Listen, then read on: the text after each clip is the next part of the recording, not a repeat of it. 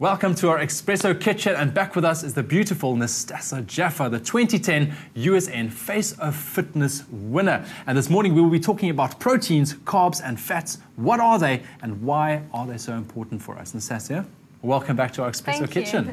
Thanks for having me. Nice to have you. Balanced diet is very important when it comes to weight loss, specifically also for women. Now we need to have protein, fats and carbs. First of all, what are they?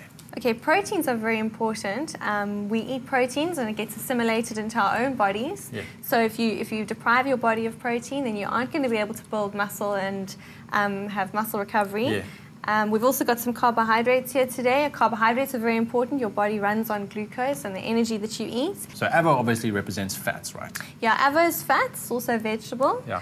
And we've got some olive oil here, Okay. and we've also got an example of bad fats, which Okay. would be your trans fats. That's my next question, yeah. Good and bad fats. What should we avoid? What type of fats?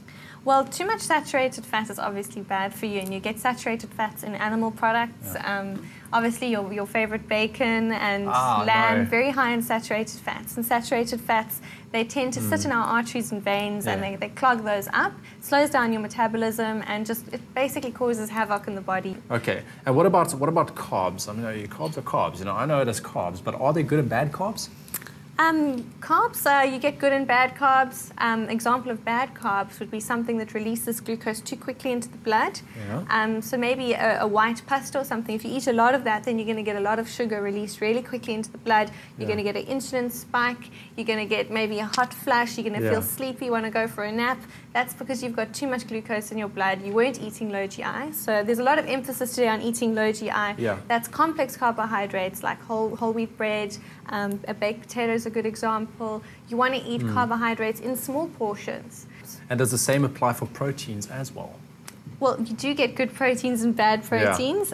You get a lean protein is what you should opt for. You can Okay. have a piece of fish, you can have a chicken breast, you can have a lean piece of steak. Yeah. But the very fatty cuts of meat you should try and avoid because those are your bad examples of protein. All right. There's a lot of diets out there, especially the newer diets, that suggest that you should cut out one of these, either proteins, fats, or carbs. What is your take on that? I don't believe in cutting out any food group. Your body needs everything. Your body needs fats to balance your hormones. A lot of your body processes are governed by the fats that you have. And if you look at the structure of cells, the lipids around the cells are all fatty lipids. So your body really relies on fats to be a balanced organism. You need fats, good fats, olive Yeah. oil, grapeseed oil, avocado oil, almond oil. Yeah. All of these vegetable oils tend to play a very important role in our bodies. And the same, obviously, for carbs and proteins. You need that balance between the three of them, and not too much of one. Of course you do. Your brain relies on glucose to function. I mean, Yeah. that's the only energy source that your brain has. So if you cut Yeah. out carbohydrates, you're gonna get really sluggish. You aren't gonna be able to concentrate. You need to have glucose every day in every meal. So you should have carbs with Yeah. every meal. So I don't believe in these Yeah. diets of cutting out carbs. You can reduce the amount of carbs you have, and your body will be inspired to maybe search for other Yeah. energy sources around the body, your stored fats. So Yeah, if you yeah. reduce your carbs, your body's going to maybe burn some fats.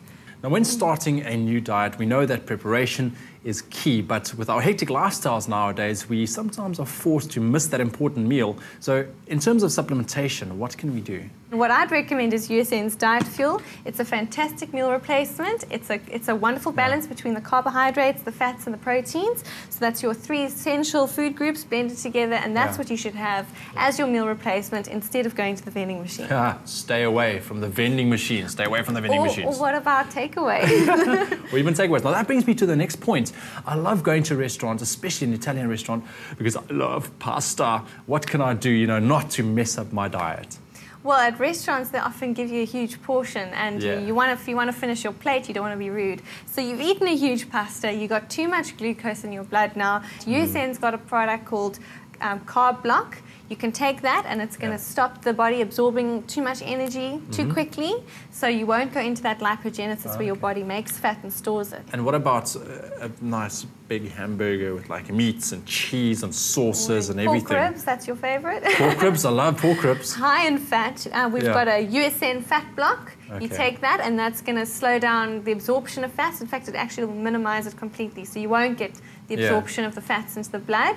And then obviously if you get less of that, you won't have Yeah. as much fat storage. So you can try and get away with eating out every now and then if you've got your USN fat block and carb block with you.